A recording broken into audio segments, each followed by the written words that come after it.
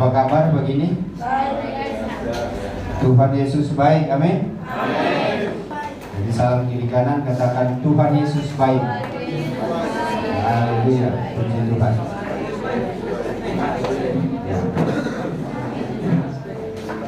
Baik, saudaraku yang dikasihi Tuhan, puji Tuhan. Ya, kita bisa bersama di sini hari ini. Ya, kebetulan saya yang membawakan firman karena kita dari Klasis ada pertukaran mimbar. Jadi puji Tuhan, hari ini saya dikasih tema sesuai tema yang di Immanuel, hamba yang mengampuni dosa. Jadi Markus 2 ayat 1 sampai 12. Markus 2 ayat 1 sampai 12. Boleh kita sama-sama buka Alkitab kita biar kita sama-sama membacanya. Tema kita hamba yang mengampuni dosa. Sudah di sana semua? Amin. Baik, kita gantian. Saya baca ayat pertama, saudara Bapak Ibu ganti ayat kedua, dan kita bergantian nanti ayat 12 kita sama-sama membacanya. Perikop di Alkitab yang dituliskan LAI, orang lumpuh disembuhkan. Demikian firman Tuhan. Kemudian sesudah lewat beberapa hari, waktu Yesus datang lagi ke Kapernaum, tersiarlah kabar bahwa ia ada di rumah. Silakan.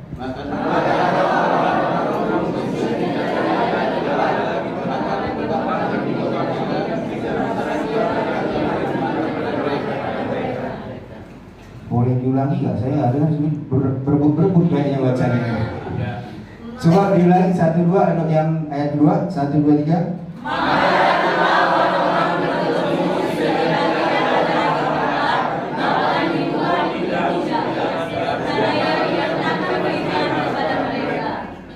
Ada orang-orang datang membawa kepadanya seorang lumpuh digotong oleh 4 orang.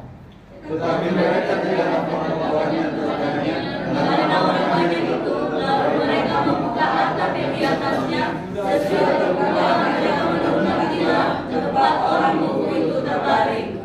Ketika Yesus melihat iman mereka, berkatalah ia kepada orang lumpuh itu, "Hai anakku, dosamu sudah diampuni." Tetapi sesudah sudah beberapa hari lewat, mereka berpikir dalam hatinya, "Mengapa orang ini berkata begitu? Ia menghujat Allah. Siapa yang dapat mengampuni dosa selain daripada Allah sendiri?" Tetapi Yesus segera mengetahui dalam hatinya bahwa mereka berpikir demikian. Lalu ia berkata kepada mereka, "Mengapa kamu berpikir begitu dalam hatimu? Manakah lebih mudah mengatakan kepada orang lumpuh ini, dosamu sudah diampuni, atau mengatakan, bangunlah, angkatlah tilammu dan berjalan? Tetapi supaya kamu tahu bahwa di dunia ini anak manusia berkuasa mengampuni dosa, berkatalah ia kepada orang lumpuh itu, Kepadamu kukatakan, bangunlah, angkatlah tempat tidurmu dan pulanglah ke rumahmu." Sama-sama di ayat 12. Dan orang itu pun bangun, segera mengangkat tempat tidurnya dan pergi keluar di hadapan orang-orang itu, sehingga mereka semua takut lalu memuliakan Allah. Katanya, yang begini belum pernah kita lihat. Haleluya, sama-sama kita katakan. Amin. Puji Tuhan, saudara dikasihi Tuhan. Tentu ini ayat firman yang kita baca ini sungguh luar biasa, ya. Bagaimana hamba yang mengampuni dosa. Kalau kita lihat di Markus ini, memang Markus 1 sebelumnya dituliskan oleh Markus itu mengenai Yohanes Pembaptis yang memberi jalan untuk Yesus akan datang. Baru Yesus dibaptis, ya. Setelah dibaptis baru dia melayani. Nah, masuk di ayat kedua ini, ya, karena di sini banyak mahasiswa, makanya saya percaya ini tema-tema yang dikasih Pak Gembala ini tema-tema pengajaran semua, ya Pak, ya. Dan eksposisi lah ini, ekspositori. Ya, jadi saya coba, ya, Markus 2 ayat 1 sampai 12 ini, saudara yang dikasihi Tuhan. Ini mencatat peristiwa yang luar biasa. Kalau kita sudah baca tadi bahwa di sini ada seorang lumpuh yang dibawa oleh 4 orang kepada Yesus, dan mereka tidak dapat masuk karena banyaknya orang, karena kerumunan orang. Jadi mereka harus mencari jalan lain, membuka atap, naik ke atas atap itu dan menurunkannya dari si lumpuh itu ke hadapan Tuhan Yesus. Dan yang mengejutkan di sini bukan hanya mujizatnya. Apa yang mengejutkan di sini dikatakan bahwa dosamu sudah diampuni, hamba yang mengampuni dosa. Ini menjadi kontradiksi dengan apa yang dipahami oleh ahli-ahli Taurat. Maka saudara yang dikasihi Tuhan, ini menunjukkan bahwa Yesus itu bukan hanya bisa menyembuhkan, tetapi dia berkuasa juga untuk mengampuni dosa, yaitu akar dari penderitaan kita. Nah, dalam perikop ini kita melihat Yesus sebagai hamba yang mengampuni. Kenapa Yesus disebut hamba? Kenapa bukan dibilang Tuhan gitu? Apa makna kata hamba di sini? Secara umum saudara, kata hamba ini adalah orang yang berada pada posisi melayani, berada pada posisi kepatuhan, berada pada posisi pengabdian kepada orang lain yang punya otoritas lebih tinggi. Itulah makanya dibilang hamba. Nah, jadi ciri-ciri hamba ini dia tidak memiliki kuasa atas dirinya sendiri. Kalau kita lihat Yesus, Yohanes 5 ayat 9 mengatakan demikian. Maka Yesus menjawab mereka, katanya, "Aku berkata kepadamu, sesungguhnya anak tidak dapat mengerjakan sesuatu dari dirinya sendiri, jikalau tidak ia melihat Bapa mengerjakannya. Sebab apa yang dikerjakan Bapa itu juga yang dikerjakan anak." Begitulah rendah hatinya Yesus ini. Begitulah dia menjadikan dirinya sebagai hamba, sehingga dia mengatakan bahwa aku tidak bisa berbuat apa-apa kalau bukan Bapa yang berbuat. Nah, maka kita pun sebagai hamba sebenarnya kita itu harus meniru bagaimana Yesus ini memposisikan diri dia sebagai hamba. Seorang hamba juga itu bertindak atas perintah atau kehendak tuannya. Dia tidak bisa bertindak atas keinginannya sendiri, harus atas kehendak tuannya. Apakah ada di firman Tuhan bagaimana Yesus bertindak atas kehendak Bapa?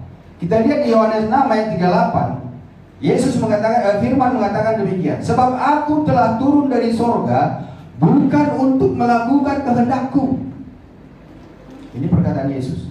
"Tetapi untuk melakukan kehendak Dia yang telah mengutus aku." Jadi jelas sekali kenapa dibilang Yesus itu sebagai hamba. Dia hanya patuh dan taat kepada Tuannya, Bapaknya. Nah, ini makanya kita harus mengerti.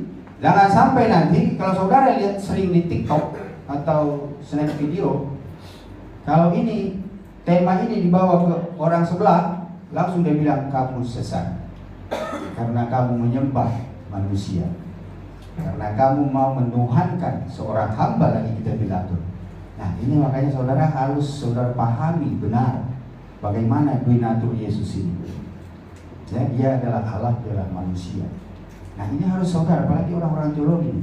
Nah, jangan saudara mau berdebat dengan orang yang tidak percaya dan saudara punya ilmu pas-pasan. Wah, bahaya. Kalau saudara lihat di media sosial, di TikTok, di snap video yang saya sering lihat, malah kadang pendeta dipermalukan oleh orang sebelah karena mau berdebat tapi kurang ilmu pengetahuan. Lebih baik kita gak usah berdebat, ya, karena perdebatan itu hanya untuk mencari kesenangan daging doang, hanya menang-menangan. Buat apa? Dan firman mengatakan, kamu ngapain cari tahu dengan orang yang tidak percaya gitu? Tidak perlu gitu, saudara. Nah, ini ya. Jadi hamba itu kita harus pahami.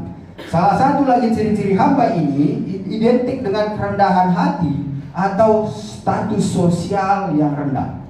Firman Tuhan jelas mengatakan di Matius 8 ayat 20 atau Lukas 9:58, Yesus mengatakan begini. Yesus berkata kepadanya, "Serigala mempunyai liang dan burung mempunyai sarang, tetapi anak manusia tidak mempunyai tempat untuk meletakkan kepalanya."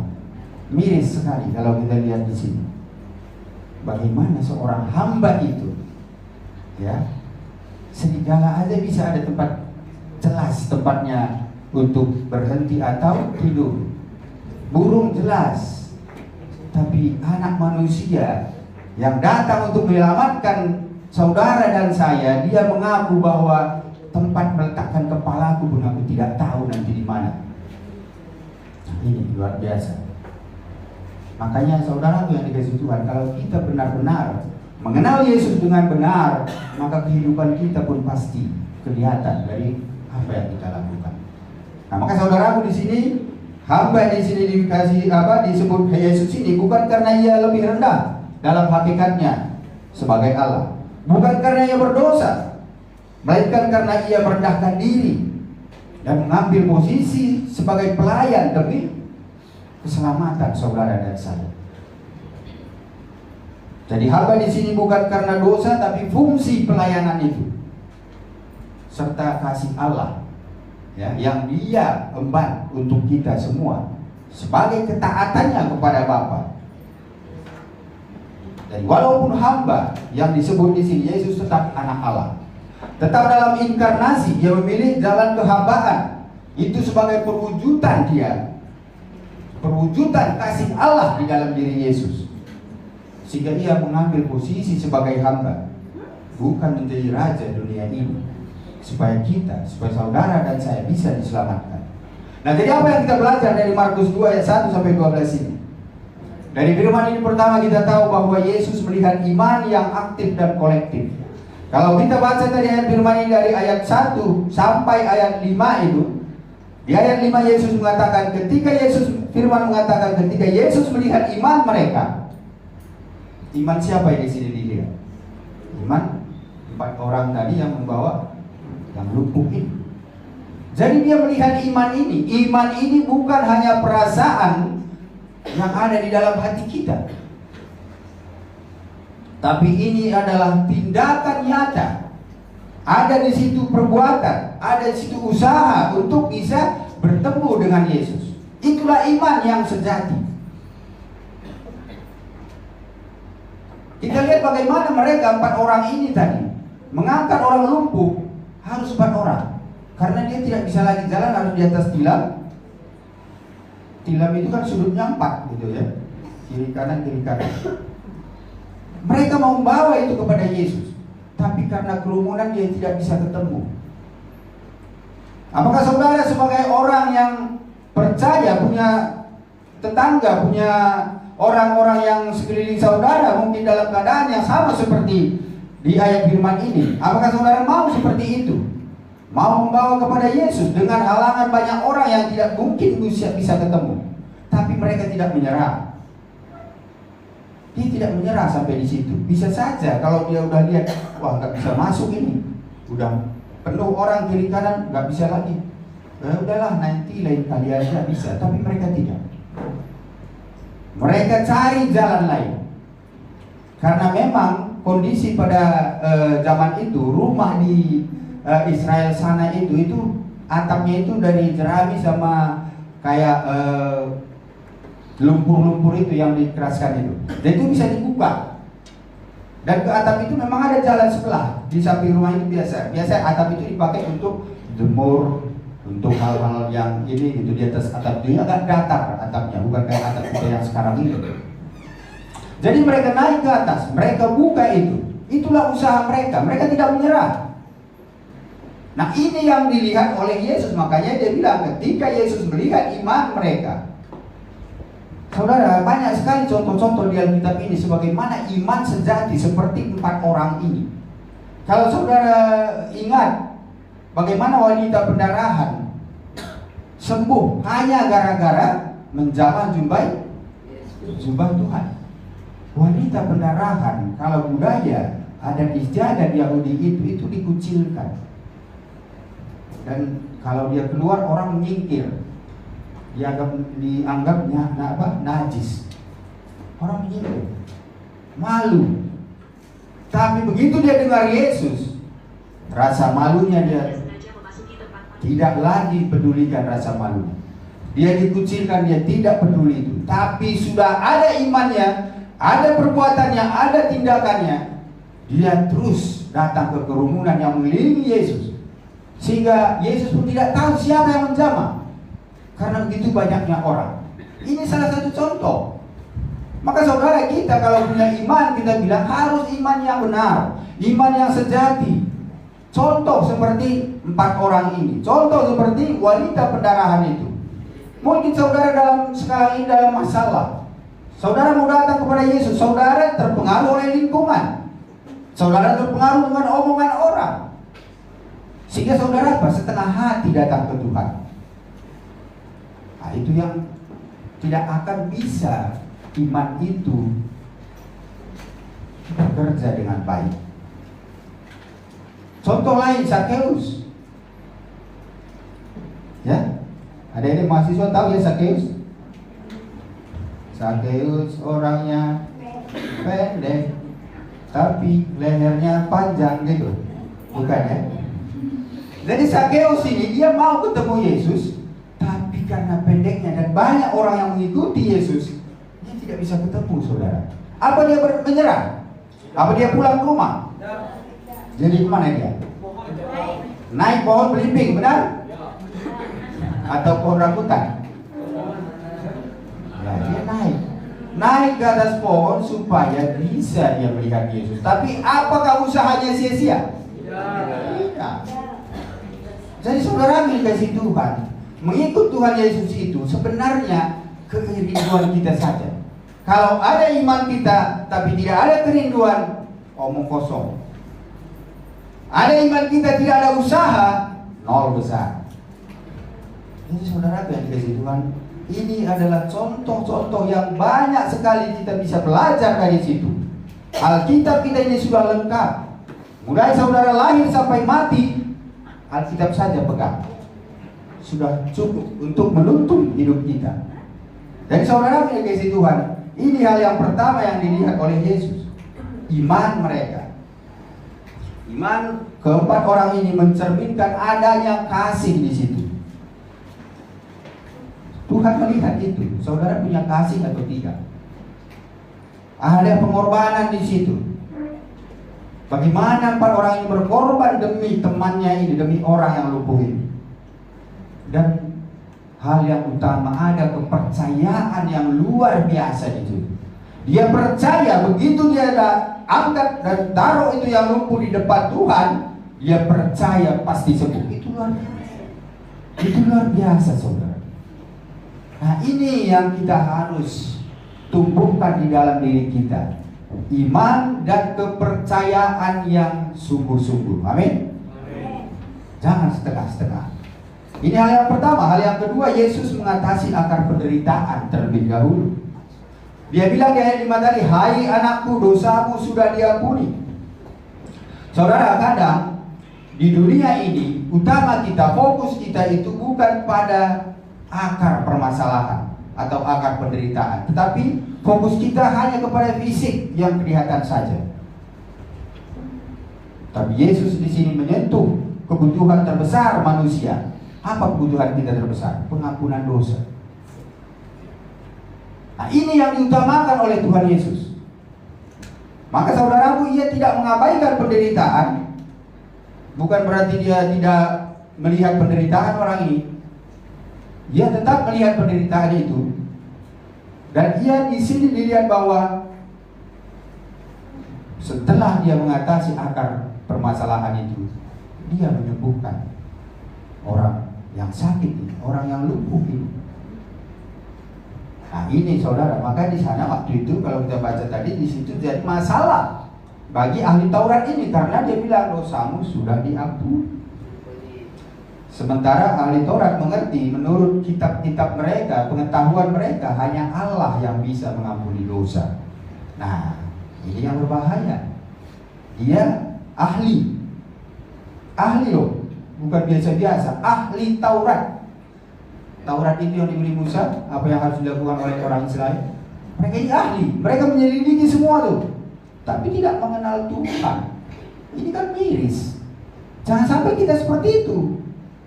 Ya, jangan sampai ini yang kuliah-kuliah teologi nih, jangan sampai nanti udah S1, S2, S3 hebat di dalam teologi, tidak ada pengenalan Tuhan.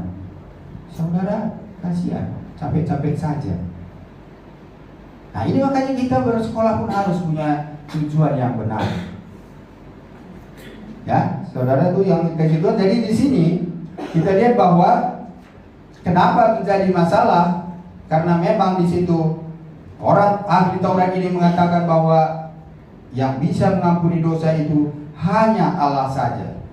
Tapi Yesus mengatakan kepada mereka, dosamu sudah diampuni. Nah, kalau di situ dikatakan Yesus, mana yang lebih gampang mengatakan dosamu sudah diampuni daripada bangkit dan berjalan? Kenapa dikatakan oleh Yesus begitu? Karena kalau dikatakan dosamu sudah diampuni, tidak kelihatan secara fisik. Sudah diampuni itu seperti apa sih? Tidak kelihatan. Jadi tidak susah sebenarnya mengatakan itu.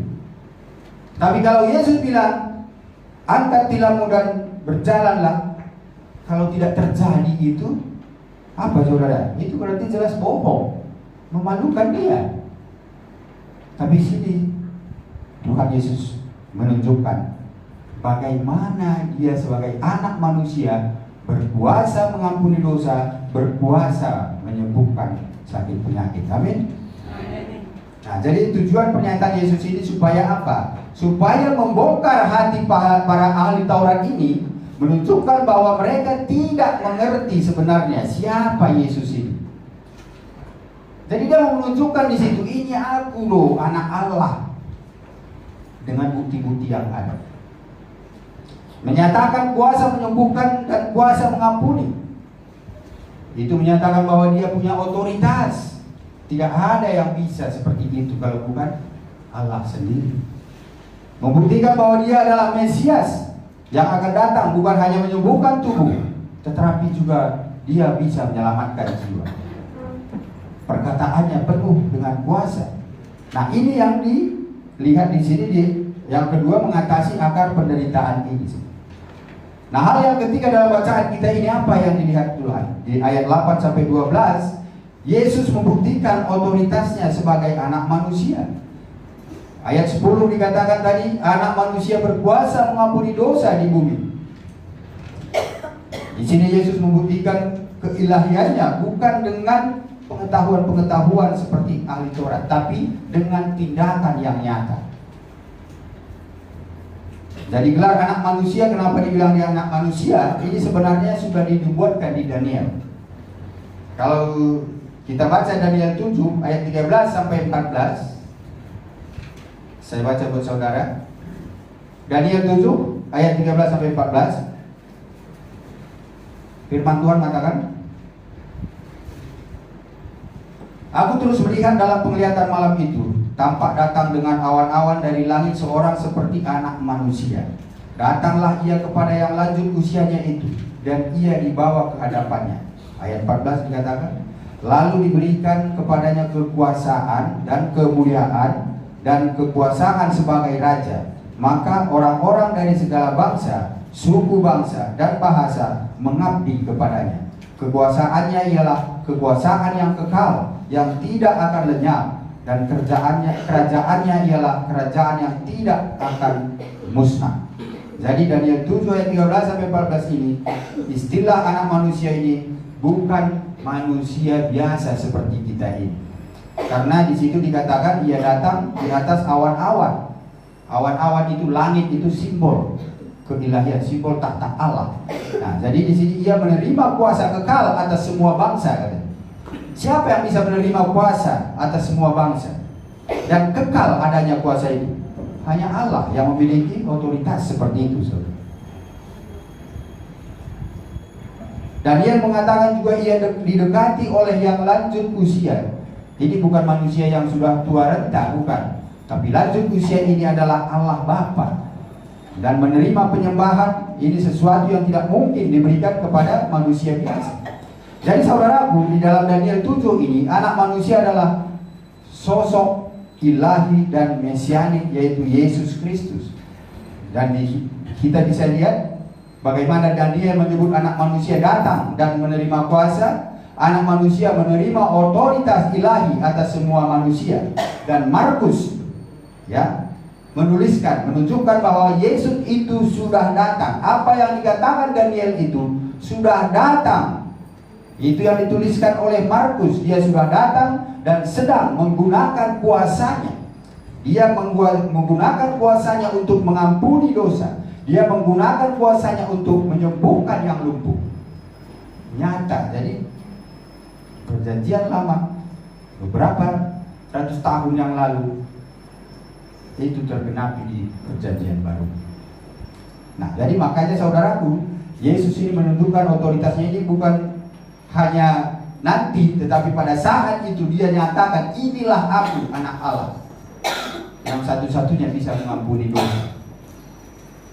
Nah, ini supaya apa? Supaya orang-orang di situ mengerti, supaya terutama ahli-ahli Taurat itu bisa mengerti. Karena ahli Taurat tahu perjanjian lama. Nah, tapi karena satu hal, kalau kita sudah pikiran kita sudah terkunci, maka apapun hal-hal yang baru sudah susah kita terima. Maka saudara, kita sebagai orang-orang percaya tidak boleh tertutup dengan informasi-informasi. Kita harus tahu, tapi kita harus selektif. Yang mana yang benar, yang mana yang harus saya ikuti, yang mana yang hanya sebagai informasi saja. Nah, jadi saudara dikasihi Tuhan, di sini kita perlu renungkan.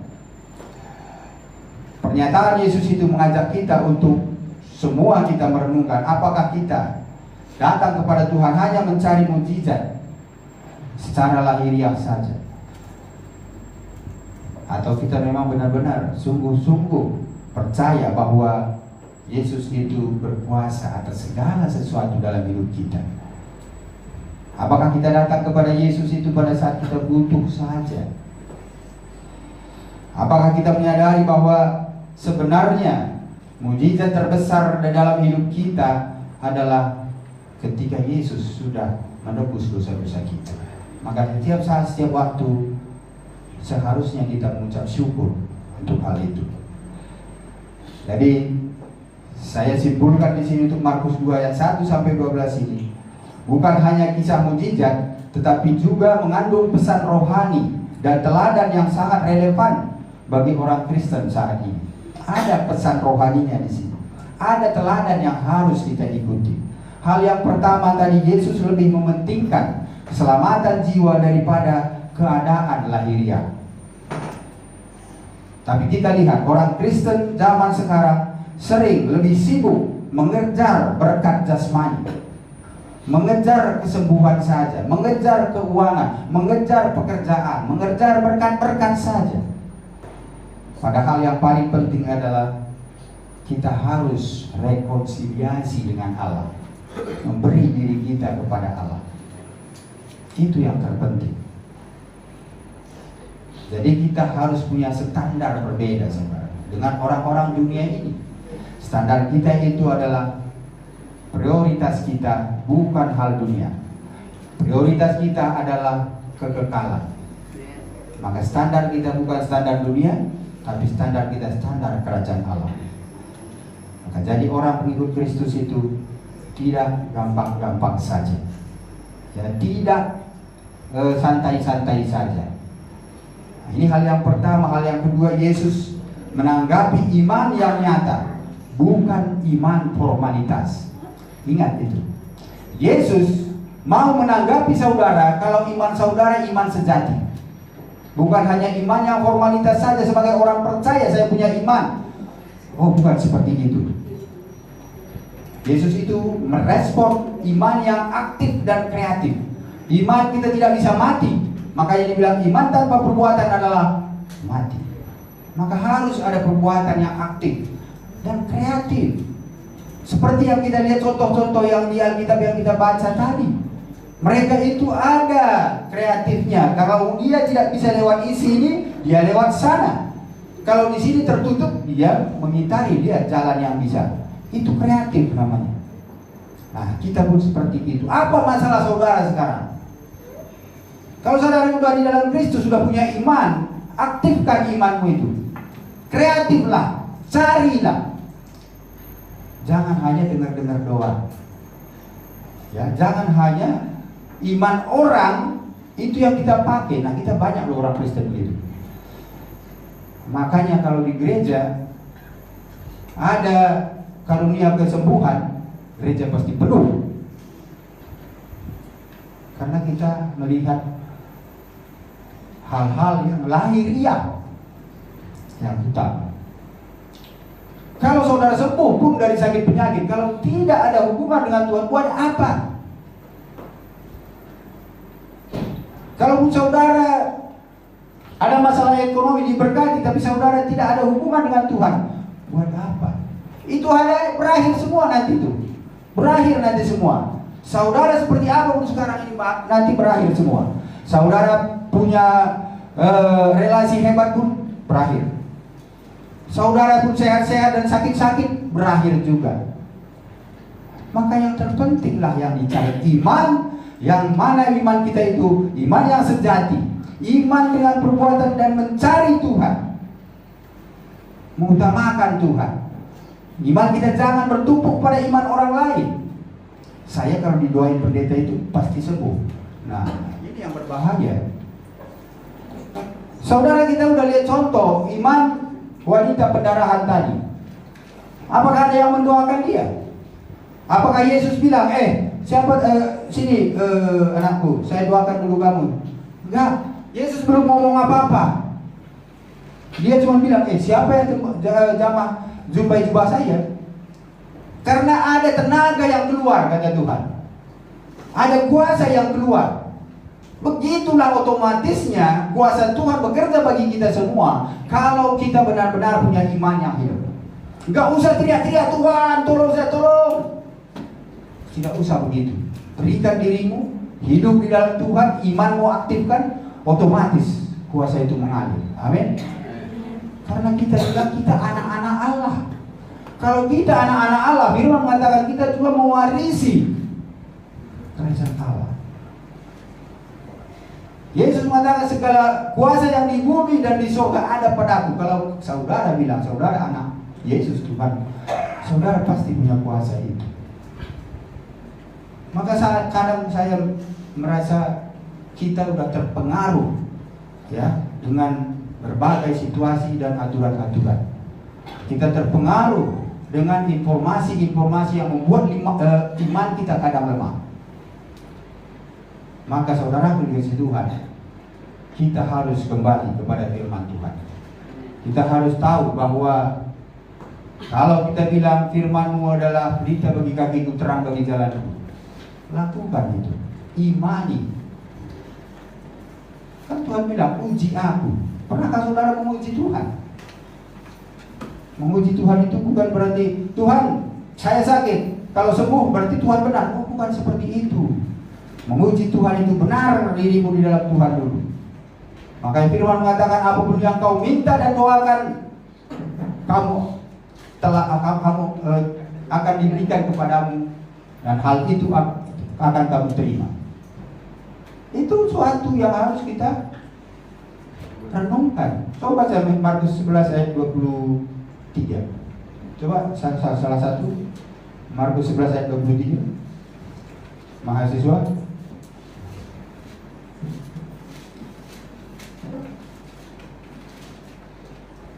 Markus 11 ayat 23, demikianlah bunyi firman Tuhan.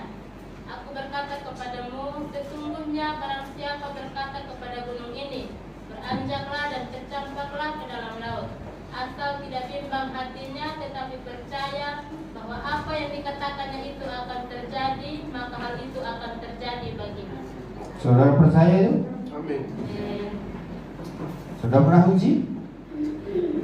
Nah ini, jangan cari gunung. Nanti kalian cari gunung, Tuhan saya mau pindahin gunung ini gitu. Ini banyak makna rohaninya di situ. Tapi intinya di sini saudara, begitulah kuasa itu bisa terjadi dalam diri kita kalau kita punya hubungan benar dengan Tuhan. Coba ayat 24 satu lagi. Terus yang tadi ayat 24. Ayat 24, karena itu aku berkata kepadamu, apa saja yang kamu minta dan doakan, percayalah bahwa kamu telah menerimanya, maka hal itu akan diberikan kepadamu. Ini jadi renungan bagi mahasiswa ini. Kalian renungkan, tanya dosen kalian apa maknanya di sini. Supaya nanti jangan cuma kita baca-baca. Apa saja yang kamu minta dan doakan, Apa saja yang kamu minta dan doakan, percayalah bahwa kamu telah menerimanya. Telah menerimanya. Maka hal itu akan diberikan kepadamu. Telah menerimanya, tapi akan diberikan. Bagaimana ini maksudnya? Inilah iman yang hidup, iman yang sejati. Kalau saudara renungkan, saudara akan paham ini. Karena bagi mahasiswa, nanti besok-besok kuliah tanya dosennya, apa nih makna ini? Supaya saudara menjadi seorang teolog atau mahasiswa tidak hanya tahu pengetahuan, tidak menghidupi firman dan tidak mendalami firman itu. Nah, maka di sini saudara ini harus ya, iman kita ini penting sekali. Maka tema hari ini sangat baik, sangat luar biasa untuk membawa kita supaya kita tahu kita ini posisi Yesus seperti apa. Itu yang menjadi teladan kita. Apa yang dilihat Yesus itu juga yang harus dia lihat dalam diri saudara dan saya. Kalau dia tadi melihat iman yang nyata bukan formalitas, saudara pun harus punya iman yang nyata bukan formalitas saja. Amin. Hal yang ketiga, Yesus tidak takut melawan tradisi agama yang salah. Yesus menunjukkan keberanian menyampaikan kebenaran, bahkan ketika ia tidak disukai oleh pemuka agama, tidak disukai oleh ahli Taurat. Ahli Taurat ini adalah orang yang dihargai, dihormati, tetapi demi kebenaran Yesus tidak takut. Ya, dia tidak takut melawan tradisi agama yang salah. Maka saudaraku yang dikasihi Tuhan, orang Kristen hari ini dipanggil untuk berdiri teguh pada kebenaran. Meskipun itu budaya kita menganggap itu salah, tapi kalau itu kebenaran, tinggalkan budayamu. Mungkin tradisi-tradisi kita selama ini yang kita ikuti itu, kalau kita lihat kebenaran tidak sesuai, tradisi itu tidak sesuai kebenaran, tinggalkan tradisi. Mungkin ada hal-hal tekanan sosial. Kalau tahu saudara hal-hal sosial itu tidak sesuai dengan kebenaran firman, sudah tinggalkan. Walaupun saudara menderita dalam secara sosial, tetapi hidup dalam kebenaran, maka engkau akan diselamatkan. Dan Tuhan bisa memberkati saudara dengan cara apapun. Jangan takut. Tuhan itu banyak cara. Makanya firman bilang, apa yang tidak pernah terpikirkan, apa yang tidak pernah dilihat, apa yang tidak pernah timbul di dalam hati, Tuhan bisa sediakan semua. Amin. Amin. Percaya? Percaya. Haleluya. Ya harus. Ya, jadi kita jangan biasa-biasa saja. Itu hal yang ketiga, bahwa Yesus tidak takut melawan tradisi agama yang salah. Hal yang keempat, Yesus mengampuni dan menyembuhkan. Jadi kita lihat tadi pelayanan Yesus ini adalah secara holistik, menyeluruh, tidak separuh-separuh. Maka saudara ingat, Yesus menolong saudara tidak akan separuh-separuh. Amin. Karena bagi Tuhan itu dia bukan dukun. Kalau dukun, kalau kamu nggak bayar hari ini sekian, ya yang lainnya tidak sembuh, yang lainnya tidak diatasi. Bagi Tuhan, kamu kasih imanmu yang sejati, kamu percaya sepenuhnya, kamu lakukan firman, maka semua kamu akan dapatkan. Nah, itu yang kita harus lakukan, saudara. Jadi gereja dan orang percaya harus menjangkau manusia secara utuh. Kita sebagai hamba Tuhan juga jangan hanya memberitakan firman di atas mimbar ini, tetapi kita juga harus menunjukkan kasih kita melalui perbuatan nyata kita. Ya, kita juga harus berikan bantuan terhadap yang menderita, beri dukungan sosial semampu kita. Ya. Nah, jadi sebagai orang percaya dan mengikut Yesus itu tidak santai-santai, ya, tidak malas-malasan. Orang yang mengikut Tuhan pasti orang yang rajin, kreatif, aktif, pasti seperti itu. Hal yang terakhir, kuasa Yesus mengubah hidup. Inilah yang dilakukan Yesus di apa yang kita baca ini tadi. Dia mengubah hidup dari lumpuh menjadi berjalan, dari berdosa menjadi diampuni. Ini adalah transformasi total. Nah, makanya saudara ingat ini, saya ingat buku saya, Transformasi Total dalam Kristus. Saudara yang anak mahasiswa nih, coba baca Roma 6 ayat 11. Roma 6 ayat 11. Transformasi total, inilah yang dilakukan Yesus, mengubah hidup orang yang datang tadi. Sudah diampuni, disembuhkan, berubah total. Pulang dia udah berubah. Jadi saudara, kuasa Yesus itu bukan hanya sekedar simbolik, tapi nyata, mengubah hidup manusia. Maka kita juga orang Kristen dipanggil untuk nyata, mengalami perubahan hidup oleh Tuhan. Meninggalkan, ya, tinggalkan dosa-dosa saudara. Ya, bertumbuhlah dalam iman dan menjadi seperti Kristus, menjadi saksi Kristus. Coba baca Roma 6 ayat 11. Roma 6 ayat 11 tadi. Demikianlah hendaknya kamu memandangnya, bahwa kamu telah mati bagi dosa, tetapi kamu hidup bagi Allah dalam Kristus Yesus.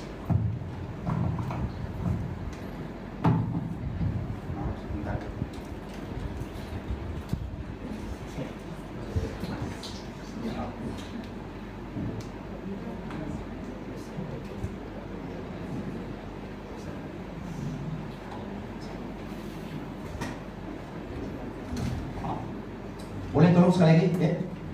Demikianlah hendaknya kamu memandangnya, bahwa kamu telah mati bagi dosa, tetapi kamu hidup bagi Allah dalam Kristus Yesus. Nah, saudara yang dikasihi Tuhan, pernah saudara memikirkan apa makna firman ini? Pernahkah saudara bertanya-tanya, kenapa firman ini demikian? Kamu telah mati bagi dosa, tetapi kamu hidup bagi Allah dalam Kristus Yesus. Saudara, kalau setiap orang Kristen telah mati bagi dosa, maka dunia ini akan nyaman, aman, tentram, sukacita. Nah, yang jadi pertanyaan, kalau orang mati masih bisa hidup, mati nggak ya? Nah, kalau mati bagi dosa, artinya kan sudah mati. Saudara pernah ke rumah duka? Pernah kan ke rumah duka? Bisa nggak orang itu hidup kembali? Nah, kalau dia udah mati, pada saat saudara bawa sekantong emas berlian, saudara kasih ke petinya, Bapak Anu, ini loh emas berlian buat kamu. Kira-kira dia bangkit nggak? Bangun nggak dia? Enggak kan? Itu artinya mati. Nah, kalau kita sebagai orang Kristen mati bagi dosa, harusnya kita sudah tidak mau berbuat dosa. Tapi apakah ada orang Kristen yang masih berbuat dosa? Masih banyak. Jadi ini yang harus direnungkan. Kenapa orang Kristen itu bilang, dia sudah mengatakan, firman itu mengatakan kalau kita itu menjadi percaya, kita harus mengerti bahwa kita telah mati bagi dosa, tetapi hidup bagi Allah dalam Kristus. Nah, ini harus direnungkan. Siapa yang mau merenungkan itu? Anak mahasiswa nih prosesnya. Ada yang mau merenungkan? Saya kasih bukunya kalau mau merenungkan itu. Ada? Anak mahasiswa nih, satu pun gak mau merenungkan firman. Apa kepala saya bawa buku, saya mau kasih.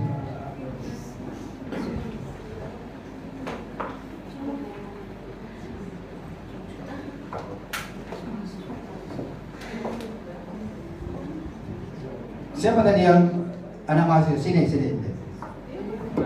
Nah, ini transformasi total. Jadi ini buku saya, bukan ini buat dibikin-bikin supaya hebat bikin buku, bukan.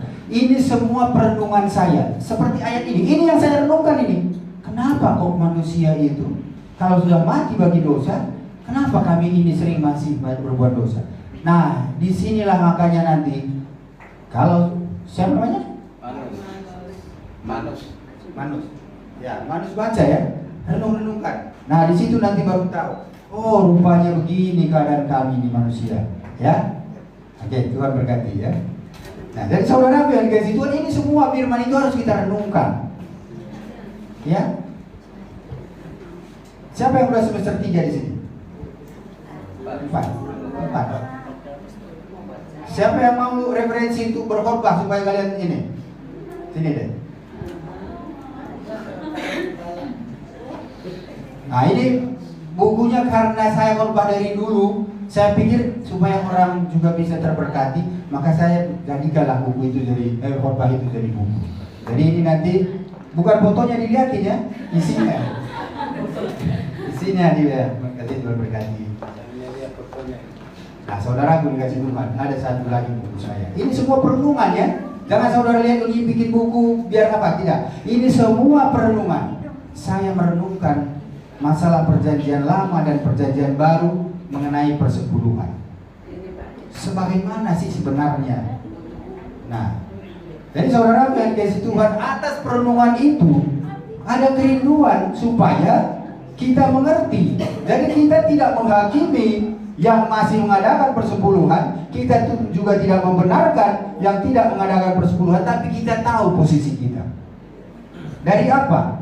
Dari pendalaman firman, dari bagaimana budaya-budaya, dari bagaimana pendapat-pendapat teolog, bagaimana gereja-gereja memandang itu. Siapa yang mau baca bukunya? Ini.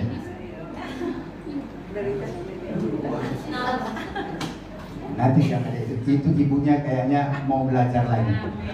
Jadi ini polemik persepuluhan. Saudara baca, maka saudara nanti tahu posisi kita di mana. Jadi kita tidak ikut-ikutan dengan seperti yang Yesus bilang. Kebenaran itu ya.